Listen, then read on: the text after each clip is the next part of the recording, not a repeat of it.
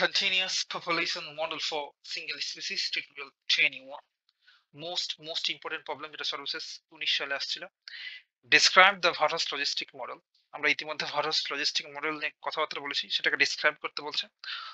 For the dynamic single species population, এক প্রজাতি জনসংখ্যার জন্য find the complete solution, অর্থাৎ Varus logistic মডেলের আমাদের সম্পূর্ণ সমাধানটা বের করতে বলছে। Discuss the stability of the equilibrium state, অর্থাৎ ভারসাম্য অবস্থায় আমাদের স্টেবিলিটি বা স্থিতিশীলতা ডিসকাস করতে বলছে। প্রায় 3-4টা পার্ট আছে এই প্রবলেমের। এটা ঠিকঠাক আপনি বুঝতে পারলে ভাই এই চ্যাপ্টারে যে কোনো প্রবলেম আপনি সলভ করতে পারবেন। সলিউশন, তাহলে প্রথমে আমরা জাস্ট ভারহাস্ট লজিস্টিক মডেলটাকে একটু ডেসক্রাইব করব যে মূলত এটা কি জিনিস। ডেসক্রাইব করা বলতে মূলত আমাদের ইকুয়েশনটা লিখবো ভারহাস্ট লজিস্টিক মডেলের, দেন কি দ্বারা কি মিন করে এসব লিখলেই হবে আর কি। তাহলে ভারহাস্ট লজিস্টিক মডেল,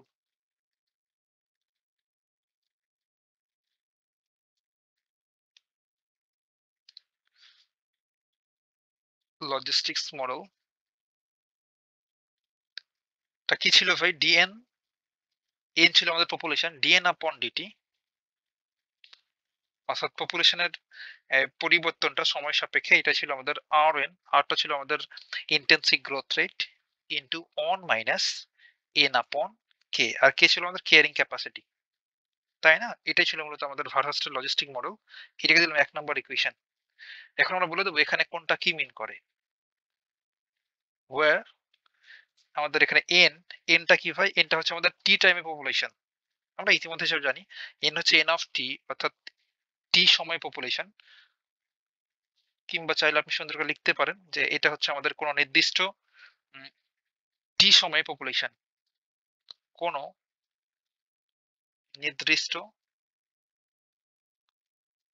নির্দিষ্ট টি সময়ে জনসংখ্যা বা পপুলেশন।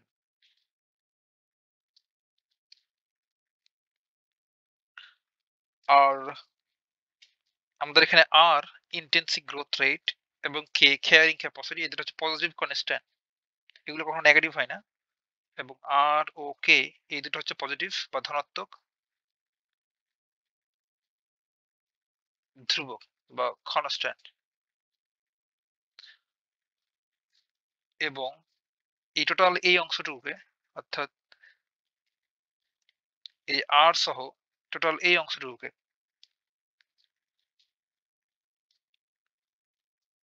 অর্থাৎ আর ইন্টু 1 মাইনাস এন আপন কে, এই অংশটুকু আমরা বলতে পারি পার ক্যাপিটা পপুলেশন, পার ক্যাপিটা পপুলেশন গ্রোথ। আপনি চাইলে সুন্দর করে লিখতে পারেন যে মাথাপিছু জনসংখ্যার বৃদ্ধির হার। আমরা ইতিমধ্যে সব জানি মাথাপিছু জনসংখ্যা বৃদ্ধির হার বা per capita population growth, rate of growth. আর চাইলে এখানে বলে দেওয়া যায় কে হচ্ছে কেয়ারিং ক্যাপাসিটি, তাহলে একটু ভালো দেখায়। কে হচ্ছে কেয়ারিং ক্যাপাসিটি, এখানে চাইলে আপনি বলতে পারেন যে আর হচ্ছে ইন্টেন্সিভ গ্রোথ রেট বা জন্ম হার।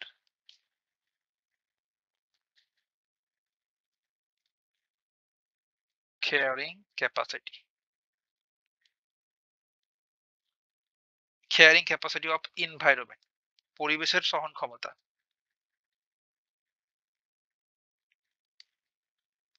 আমাদের ভারহাস্ট লজিস্টিক মডেলটাকে ডেসক্রাইব করা হয়ে গেল, তাহলে আমাদের ফার্স্ট পার্ট শেষ, এই অংশটুকুর আনসার কমপ্লিট, এইটুকু। হ্যাঁ, এখন আমাদের যেটা করতে হবে ভাই, কমপ্লিট সলিউশন বা সম্পূর্ণ সমাধান বের করব। এখন সেকেন্ড পার্ট বলতে পারেন, চাইলে আমরা এখানে লিখে দিতে পারি এটা হচ্ছে ফার্স্ট পার্ট।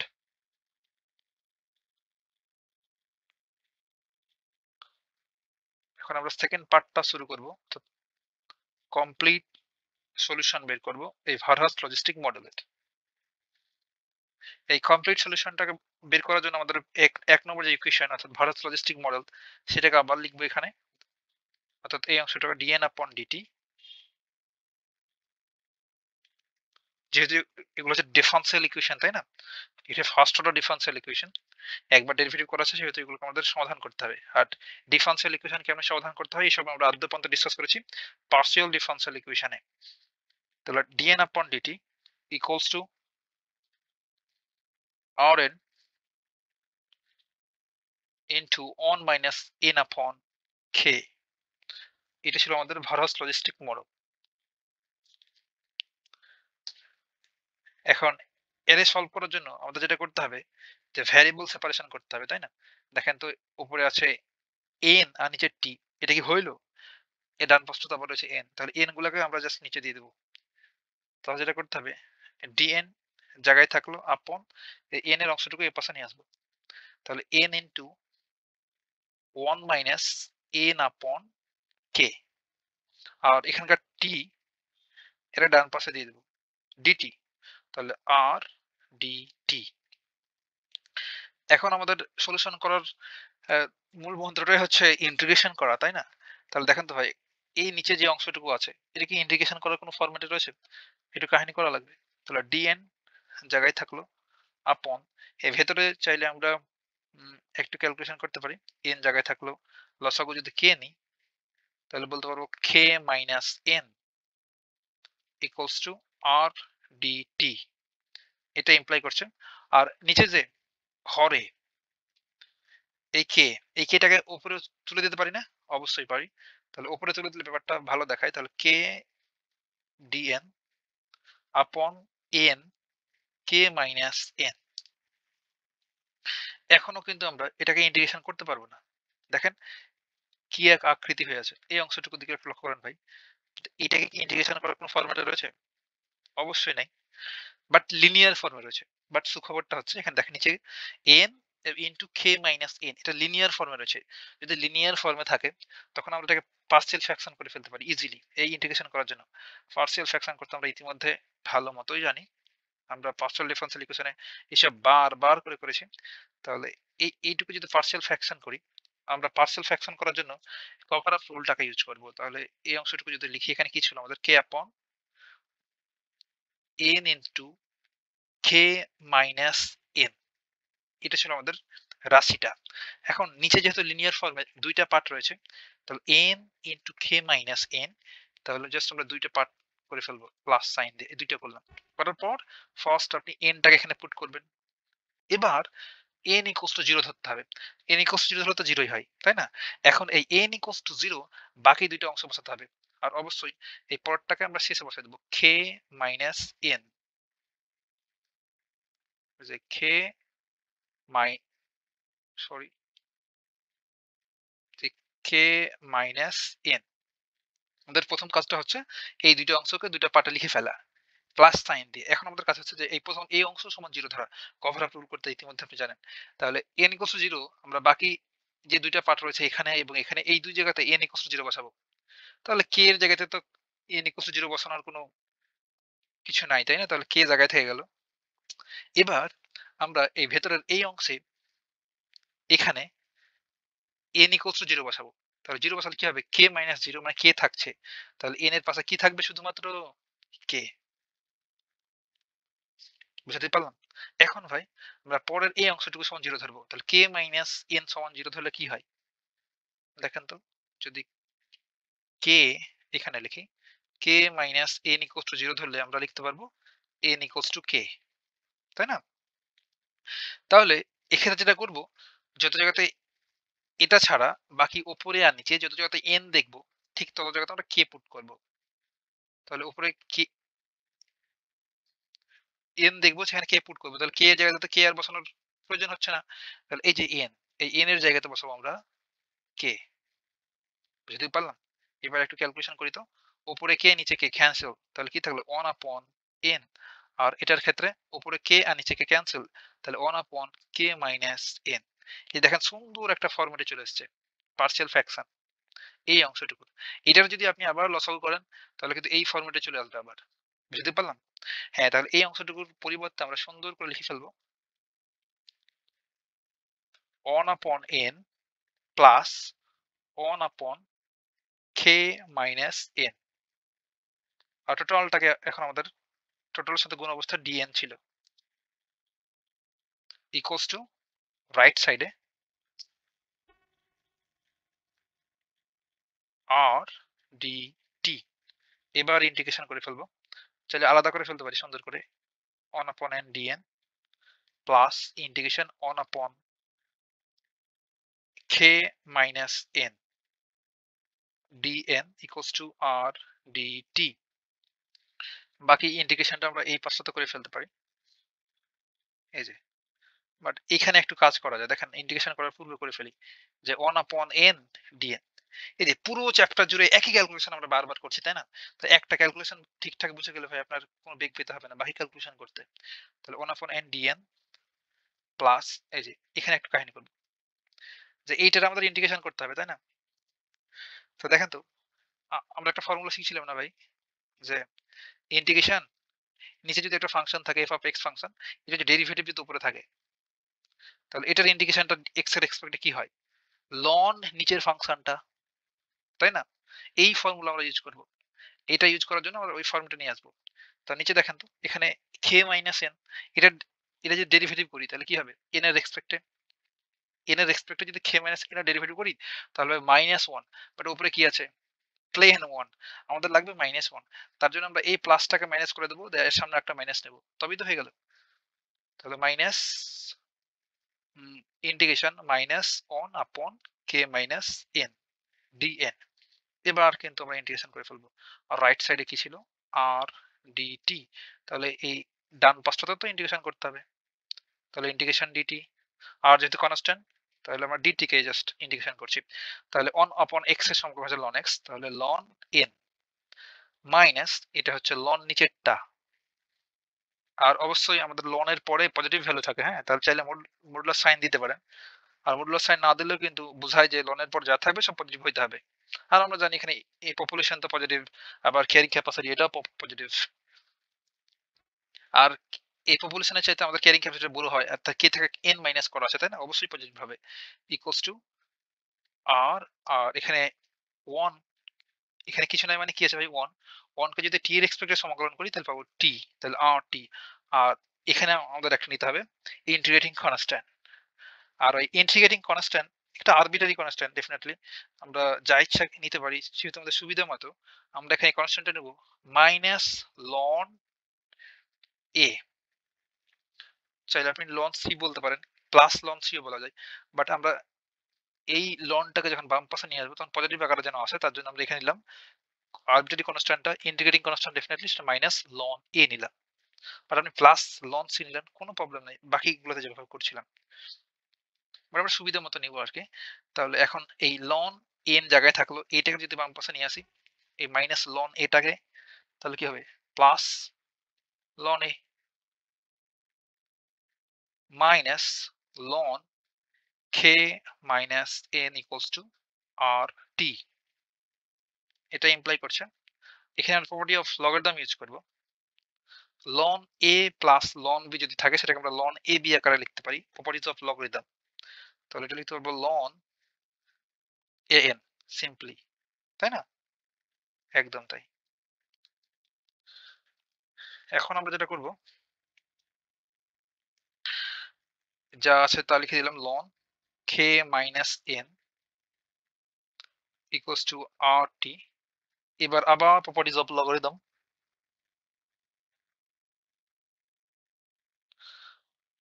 মাইনাস অবস্থায় থাকলে আমরা জাস্ট ভাগ আকারে লিখি, তাহলে ln an upon k minus n, তাই না? equals to rt।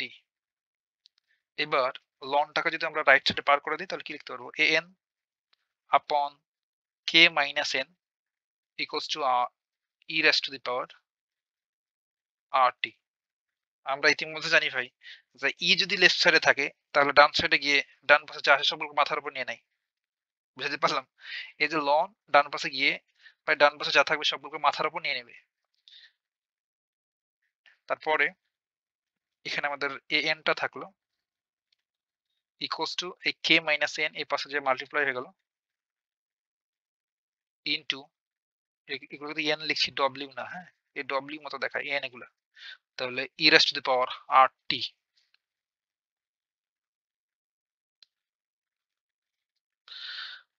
এখন এইটারে আমরা চাইলে একটা ইকুয়েশন নাম্বার দিয়ে রাখতে পারি।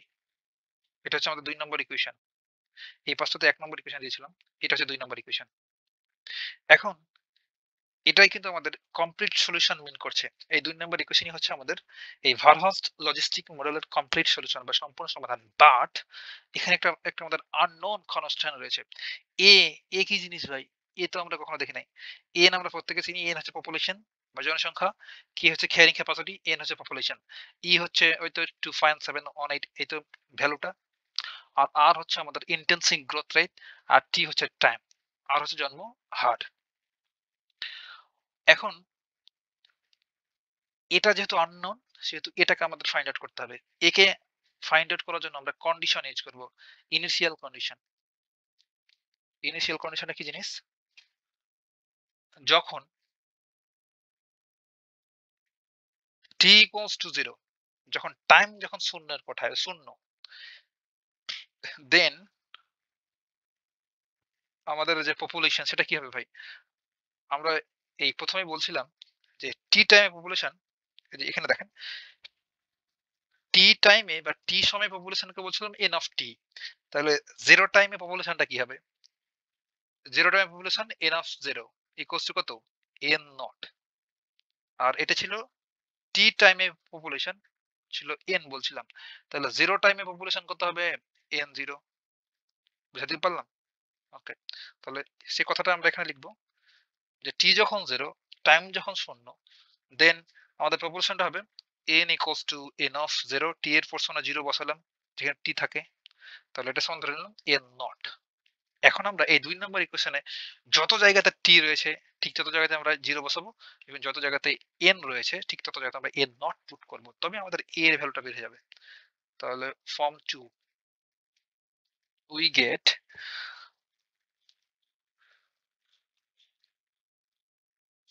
তাহলে একটু যদি দেখি ভাই এই n এর পোরশনে বসাবো n নট আর এই t এর পোরশনে বসাবো 0 আর এই ভেতরে n এর পোরশনে বসাবো n নট।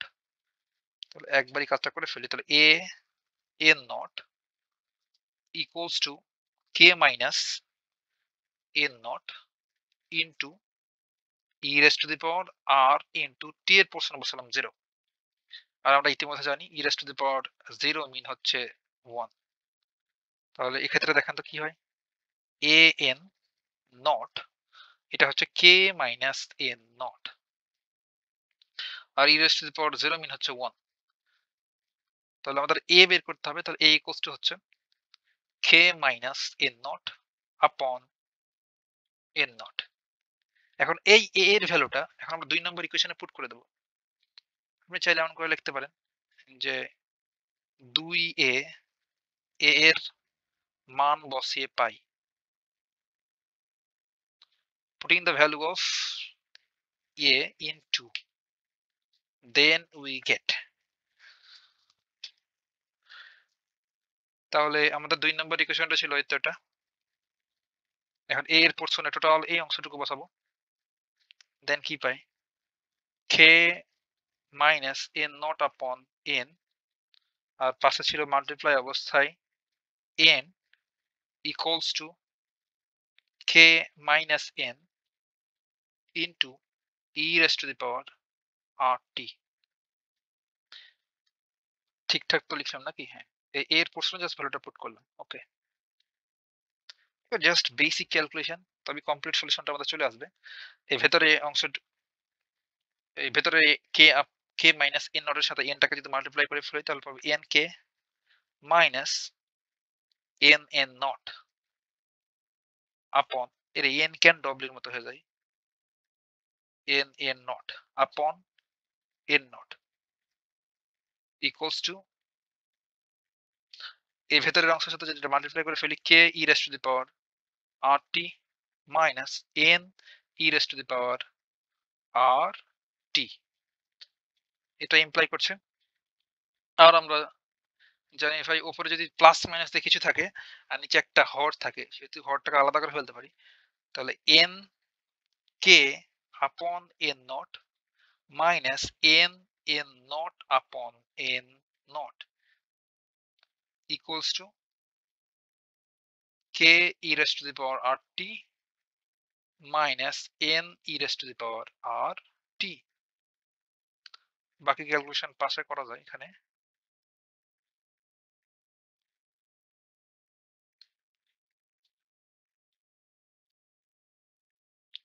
এই এন কে আপন এন নট জায়গায় থাকলো, মাইনাস এই উপরে এন নট এবং নিচে এন নট মোকাবেলা, তাহলে শুধু পড়ে থাকলো এন। আর আমরা এন যুক্ত টার্ম গুলোকে এক পাশে নিয়ে আসছি, তাহলে এটাকে আমরা বাম পাশে নিয়ে আসবো। এটা বাম পাশে নিয়ে আসলে প্লাস হয়ে যায় n e raise to the power r t equals to, তাহলে ডান পাশে শুধুমাত্র পড়ে থাকলো কে e raise to the power r টি। এটা ইমপ্লাই করছে আমরা জাস্ট এখন লসাগু করে ফেলবো এখানে। লসাগু যদি করি, লসাগুটা হবে এন নট ডেফিনেটলি, তাহলে এখানে পাবো N K minus N N not plus N N not e raised to the power rt equals to k e raised to the power rt। এখন এন নটটাকে আমরা ডান পাশে পার করে দেবো, তাহলে কি থাকে এখানে এন কে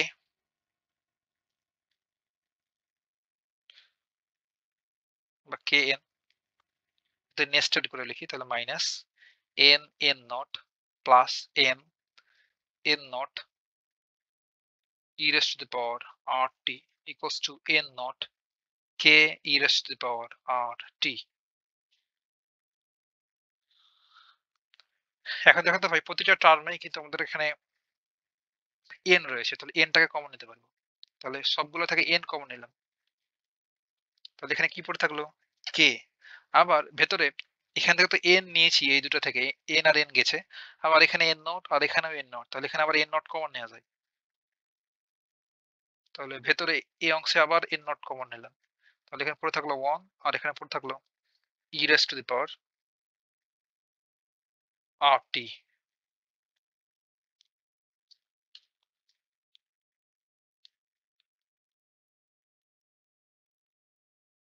বাট এটা একটু সুন্দর করে লেখা যায়,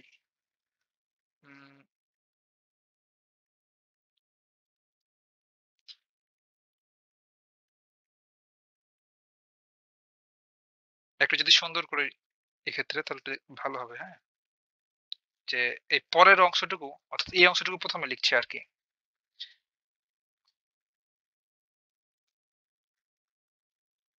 তাহলে নেস্টেড করে লিখি অত ঝামেলাতে না গিয়ে।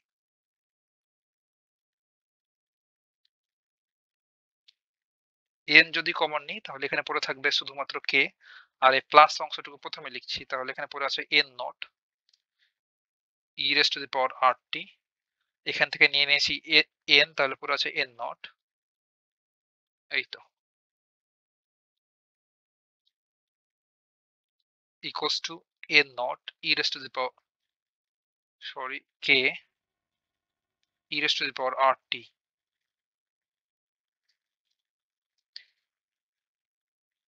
এন জায়গায় থাকলো, দেন কে অ্যাজ ইট ইজ থাকলো, আর এই দুটো অংশ থেকে এন নট কমন নিতে পারি, তাহলে e raise to the power r t minus one equals to n naught e raised to the power k e raised to the power rt।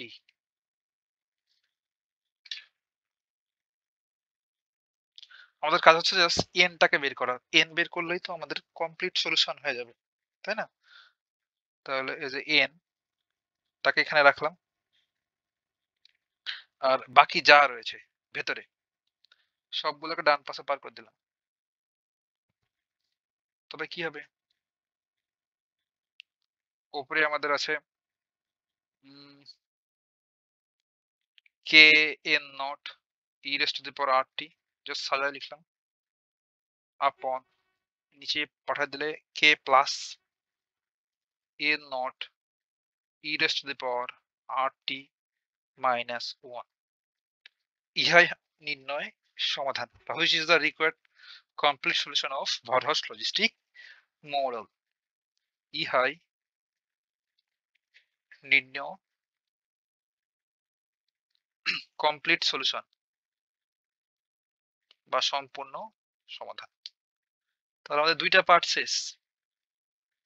আপনি চাইলে আর এন কে আমরা কি বলি ভাই, এন হচ্ছে আমাদের টি টাইমে পপুলেশন, তাহলে এন অফ টি লিখতে পারেন এখানে। হ্যাঁ, এখন আমরা থার্ড পার্ট,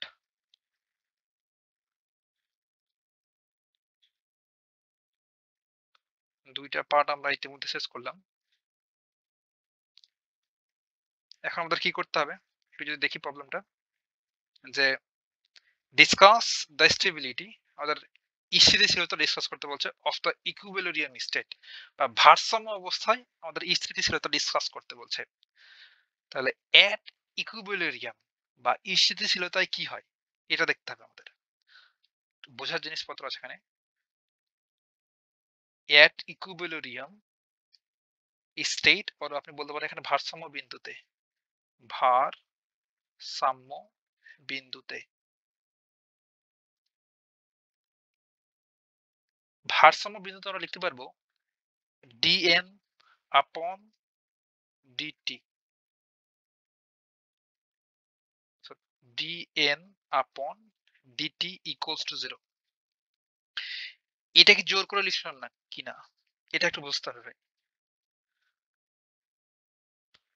আমরা ইতিমধ্যে জানি ভাই যে এই পাশে যদি টাইম থাকে, এই পাশে যদি পপুলেশন থাকে, টাইম এবং পপুলেশনের গ্রাফ, আর এই পাশটা যদি আমাদের কেয়ারিং ক্যাপাসিটি থাকে, এই মাঝখান বরাবর ধরেন কেয়ারিং ক্যাপাসিটি কে আছে, তাহলে আমাদের পপুলেশন যদি নিচে থাকে নিচে, তাহলে এটা এক্সপোনেনশিয়ালি ম্যালথাসের মডেল অনুসারে বাড়তে বাড়তে কেয়ারিং ক্যাপাসিটিতে যাবে।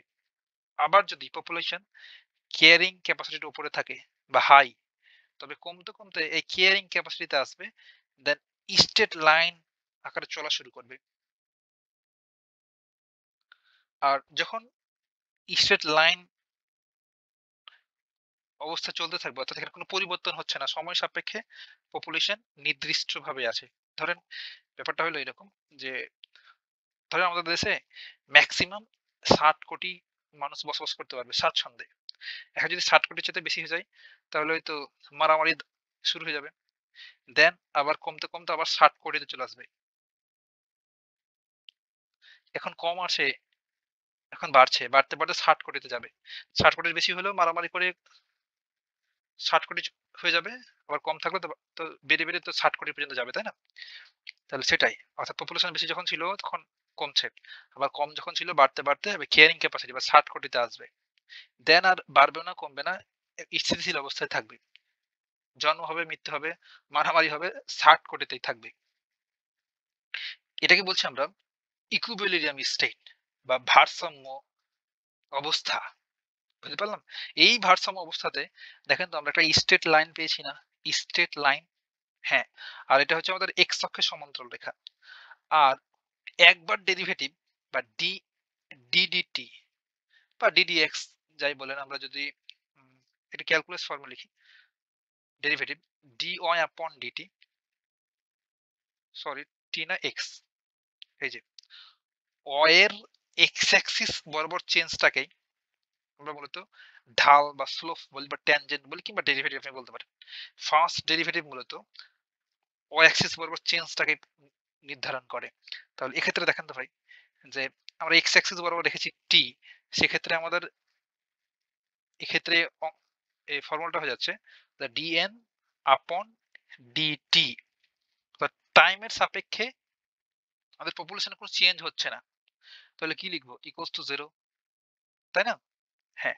আর আপনি এখন বলতে পারেন যে ভাই যে এটা কিভাবে বুঝবো পরিবর্তনটা? আর স্লোপ বা ঢাল বা ট্যানজেন্ট মানে হচ্ছে এক্স অ্যাক্সিস এর সাথে কত ডিগ্রি কোণ উৎপন্ন করেছে।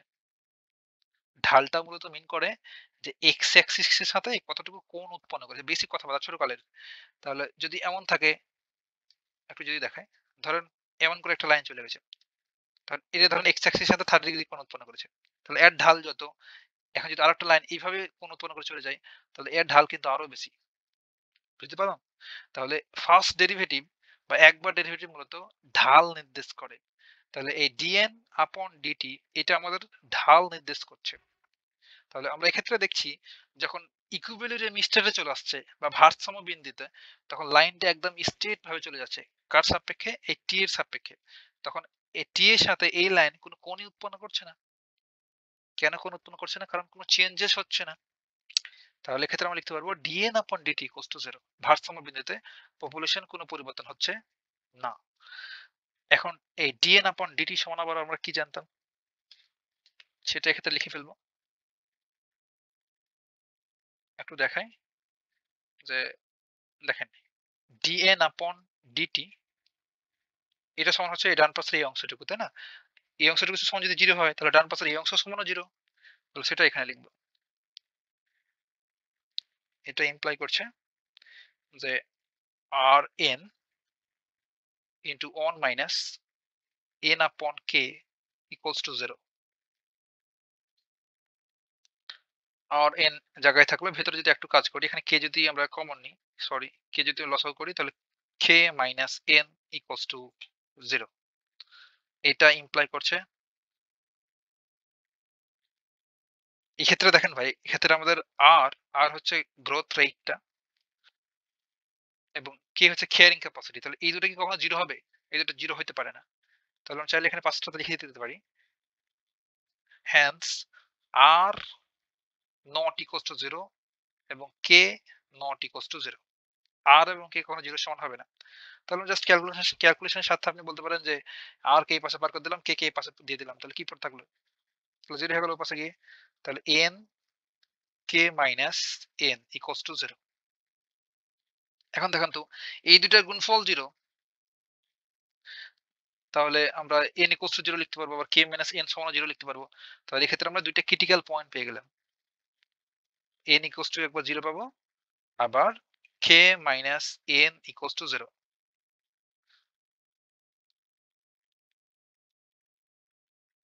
তাহলে এটা সমান লিখতে পারবো এখানে n ইকুয়ালস টু k। এই দুটো আমাদের দরকার, তার জন্য তো কাহিনী করলাম এই দুটো। এখন আমরা দুটো পয়েন্ট পেয়ে গেছি, একটা হচ্ছে n equals to 0 আর একটা হচ্ছে n equals to k। এই দুইটা পয়েন্টে আমরা স্টেবিলিটি বা স্থিতিশীলতা ডিসকাস করব, তবে আমাদের কাজটা হয়ে যাবে। তাহলে প্রথম কাজটা হচ্ছে নেক্সট পেজে করব। নেক্সট পেজে করাই ভালো। এখন আমাদের প্রথম কাজটা হচ্ছে at n equals to 0।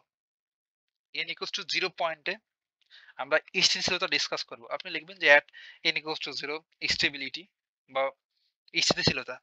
n equals to 0 বিন্দুতে স্থিতিশীলতা। এটা ডিসকাস করার জন্য আমরা ধরে নেব লেট ধরি এই যে এন, এন তো একটা নির্দিষ্ট নাম্বারের পপুলেশন, তাই না? এর সাথে আমরা এখানে ইকুয়াল টু 0, তাহলে এই 0 এর সাথে আমরা খানিকটা পপুলেশন এড করে দেব। সেটাকে বলছি ইপসাইলন। আর এই ইপসাইলনটা কি ভাই? যেখানে এই ওয়্যার কিংবা আপনি লিখবেন এখানে যেখানে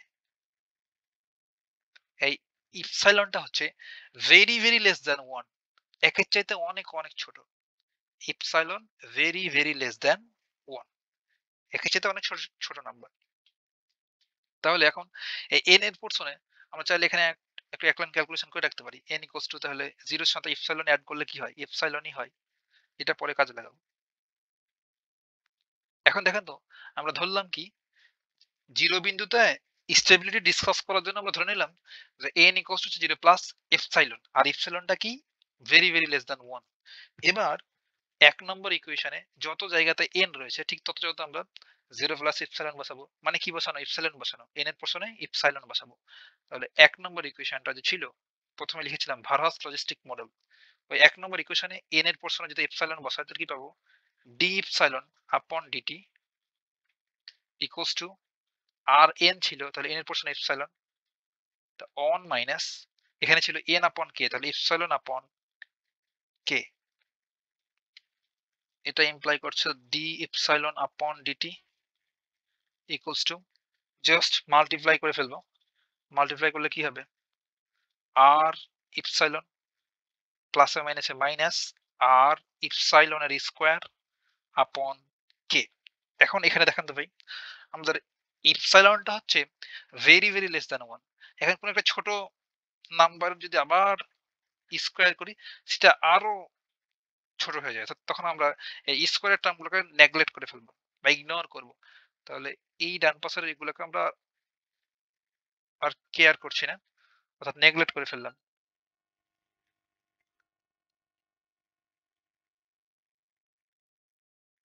এখন যেটা হলো যে ডি ইপসিলন আপন ডিটি ইকুয়ালস টু, আমরা এগুলো যেহেতু ইগনোর করছি সেহেতু সিম্পলি লিখে ফেলতে পারবো আর ইপসিলন। আর বইতে এখানে ইকুয়াল সাইন ইউজ না করে জাস্ট ইকুইভ্যালেন্স সাইন ইউজ করা আছে, কারণ ইপসিলনটা তো এক্সাক্ট ভ্যালু না। এই ইপসিলন কি ভাই, ইপসিলন কি ডিফাইন করা আছে? Epsilon is very very less than 1, but কত সেটা তো বলা নয়। তার জন্য এখানে আমরা ইকুইভ্যালেন্স সাইন ইউজ করতে পারি, বইতে যেহেতু করা আছে ইকুইভ্যালেন্স সাইন আপনি ইউজ করবেন। এই তো যখন আমরা ইপসিলন বসে দেবো তখন আমরা ইকুইভ্যালেন্স সাইনটা ইউজ করব। ওকে, তাহলে ডি ডি ইপসিলন আপন ডিটি ইকুইভ্যালেন্স আর ইপসিলন। আর এই অংশটুকু দেখে আমরা বলতে পারবো, বাংলাটুকু লিখে দিই, দেন আমরা এখানকার বেসিক জিনিসপত্র ডিসকাস করছি যে কিভাবে এটা লিখতে পারলাম আর কি। তাহলে এটা দেখে আমরা বলতে পারবো যা নির্দেশ করে কোন ক্ষুদ্র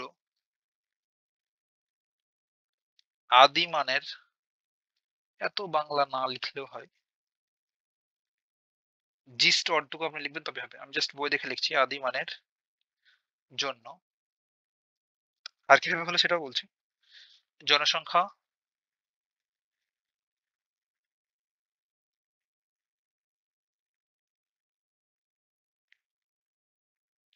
সূচকীয় হারে বৃদ্ধি পায়, সূচকীয় হারে বৃদ্ধি পায়। অর্থাৎ আমরা বলতে পারবো therefore n equals to 0 বিন্দুতে পপুলেশন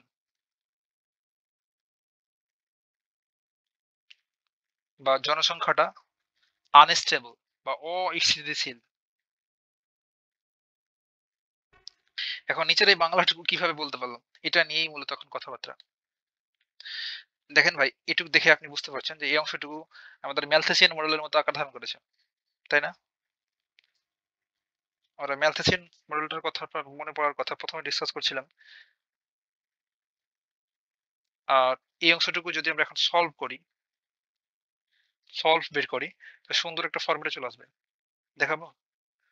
উম,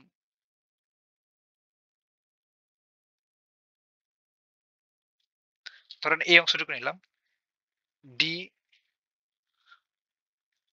জাস্ট ম্যালথেসিয়ান মডেলটাই লিখি। আমাদের ম্যালথেসিয়ান মডেলটা ছিল এমন, dn আপন dt ইকুয়ালস টু rn। আমরা এখানে পপুলেশন হিসেবে n কে ডিফাইন করছি। আবার কোন বইতে আবার n এর পার্সেন্টে ফিউ লেখা আছে, এটা ছিল আমাদের ম্যালথেসিয়ান মডেল। দেন এটার আমরা সলিউশন বের করছিলাম এভাবে যে আমরা ভ্যারিয়েবল সেপারেশন করব dn আপন d dn আপন n ইকুয়ালস টু r থাকলো dt, তাই না? এবার আমরা বোথ সাইড যদি ইন্টিগ্রেশন করে ফেলি তাহলে আমরা ln n পাবো, আর এই ডান পাশে পাবো rt। আর একটা লন ফরম্যাটে একটা কনস্ট্যান্ট নেব, ধরুন ln c নিলাম। দেন এটা যদি বাম পাশে নিয়ে আসি তাহলে ln n মাইনাস আর ln c equals to rt। Then এইটার প্রপার্টি অফ লগারিদম ইউজ করবো, তাহলে ln n upon c equals to rt, তাই না? এটা ইমপ্লাই করছে যে n ইকুয়ালস টু ই, লন কে যদি ও পাশে পার করে দিই তাহলে ডান পাশে যা থাকবে সবগুলোকে মাথার উপর নিয়ে নেবে, তাহলে e rise to the power rt। আর এটা ইমপ্লাই করছে n ইকুয়ালস টু এই c টা ছিল constant, e rise to the power rt। এখন দেখেন তো আমরা ওই এই টিউটোরিয়ালের আগে কিন্তু ডিসকাস করছিলাম, একটু দেখায়। এই যে এই ফর্মে যদি থাকে n equals two a e rise to the power rt, তখন পপুলেশনে কিভাবে গ্রোথ হবে ভাই? এক্সপোনেনশিয়ালি গ্রোথ হবে। অর্থাৎ এই এক্সপোনেনশিয়াল ফাংশনটা যদি পজিটিভ হয় তাহলে আমরা বলতে পারবো এটা সূচকীয় হারে বৃদ্ধি পাবে। তাহলে এই অংশটুকুই কিন্তু আমরা পেয়েছি, তাই না? দেখেন তো আমরা এইটাকে নিয়ে কাজ করলাম, ডি ইপসিলন আপন ডিটি। এই যে এখানে ইপসিলন যা জাস্ট এন বসালাম, এখানে কোনো প্রবলেম নাই। আর এখানে ইপসিলন যা জাস্ট এন, তখন আমরা এটা সলিউশন করে পেলাম এই ফরম্যাট চলে আসছে। এই কথাটাই কিন্তু আমাদের এখানে বলা আছে, এখানে। তার জন্য আমরা বলতে পারলাম যা নির্দেশ করে কোন ক্ষুদ্র অদ্যমানের জন্য জনসংখ্যা সূচকীয় হারে বৃদ্ধি পাবে। এখানে সূচকীয় হারে বৃদ্ধি পাচ্ছে না ভাই? এখানে সূচকীয় হারে বৃদ্ধি পাচ্ছে।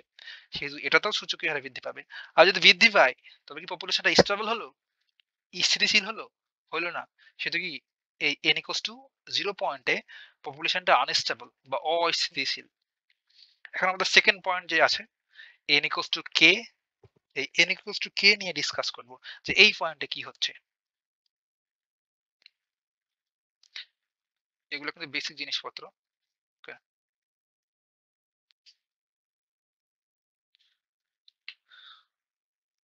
এখন আর বলবেন যে at n equals to k, n equals to k বিন্দুতে স্থিতিশীলতা বা স্টেবিলিটি ডিসকাস করব। এটা করার জন্য আমরা একইভাবে এই k এর সাথে একটা ক্ষুদ্র মান এড করে ফেলবো। আমরা ধরে নেব let n equals to k plus epsilon. ইপসাইলনটা কি? ইপসাইলন হচ্ছে ভেরি এই যে ইপসাইলন হচ্ছে ভেরি লেস দ্যান 1, একের চাইতে অনেক ছোট। তাহলে আবার আমরা ১ নম্বর ইকুয়েশনে এই অংশটুকু বসাই দেব যে k প্লাস ইপসাইলন বসাই দেব। আর চাইলে এখানে এক লাইন ক্যালকুলেশন করে আমাদের n এর ভ্যালুটা বের করে রাখা যায়। সরি, এক্ষেত্রে আমরা চাইলে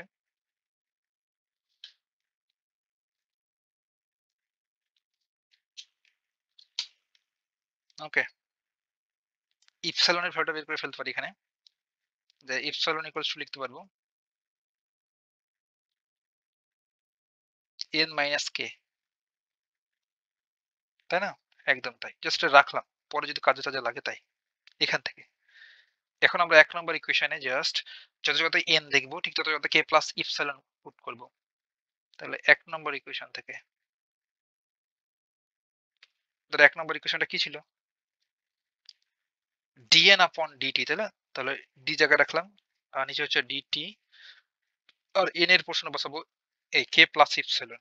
k plus epsilon equals to এখানে ছিল rn, তাহলে r জায়গায় থাকলো n এর পোরশনে বসাবো k plus epsilon into 1 minus n আপন k ছিল, তাই না?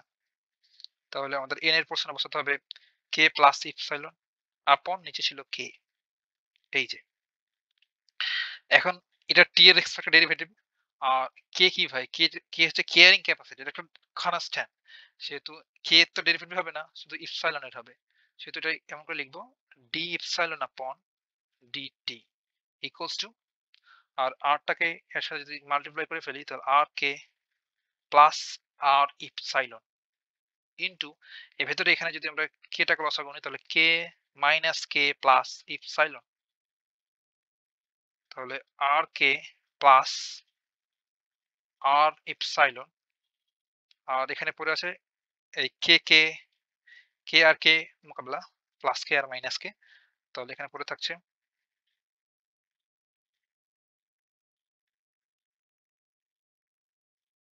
এখানে প্লাস এ মাইনাস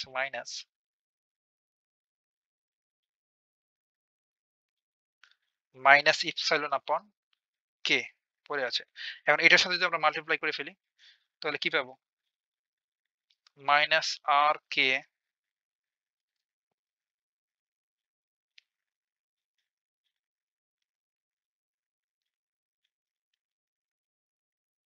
দেখেন তো ভাই, এই যে মাইনাস ইপসাইলন আপন কে, এইটার যদি প্রথমটার সাথে মাল্টিপ্লাই করি তাহলে এই উপরে কে নিচে কে ক্যান্সেল হয়ে যাবে, এটা শুধুমাত্র পড়ে থাকবে যে মাইনাস আর ইপসাইলন, তাহলে মাইনাস আর ইপসাইলন প্লাসে মাইনাস এটা হবে আর ইপসাইলন এর স্কয়ার আপন কে।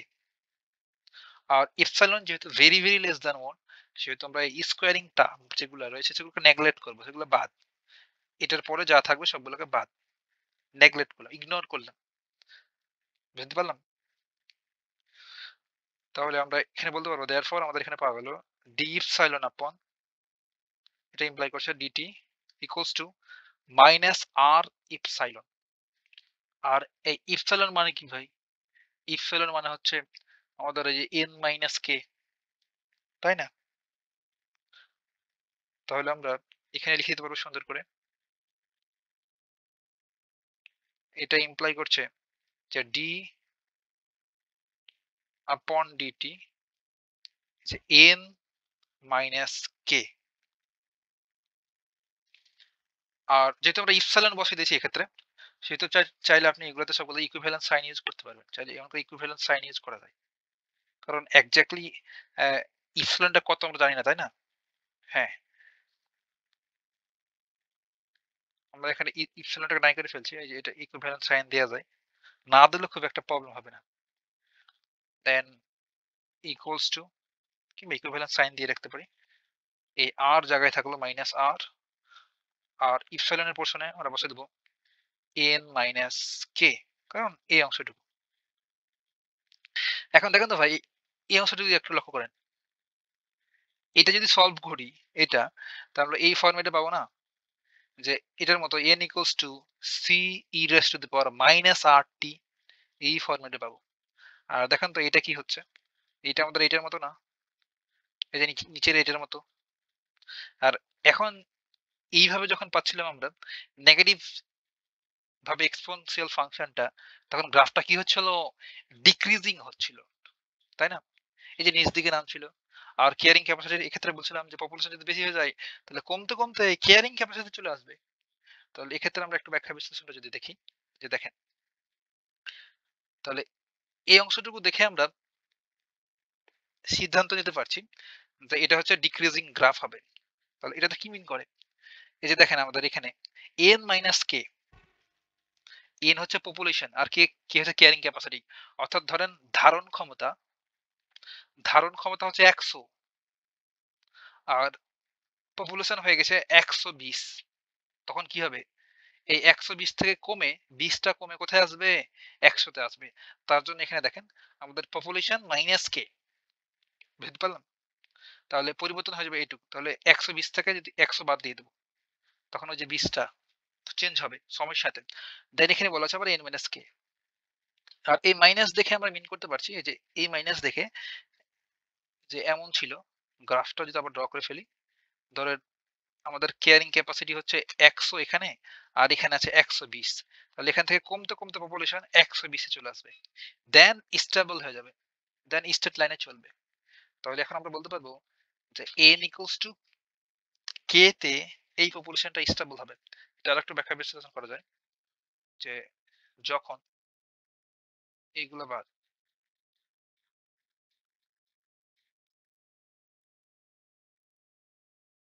যখন টি টেন্ডিং টু ইনফিনিটি, টি যখন টাইম যখন ইনফিনিটি দিকে যাবে, তখন n টেন্ডিং টু কে। তাহলে আমরা বলতে পারবো দেয়ারফর n ইকুয়ালস টু কে বিন্দুতে পপুলেশনটা স্টেবল।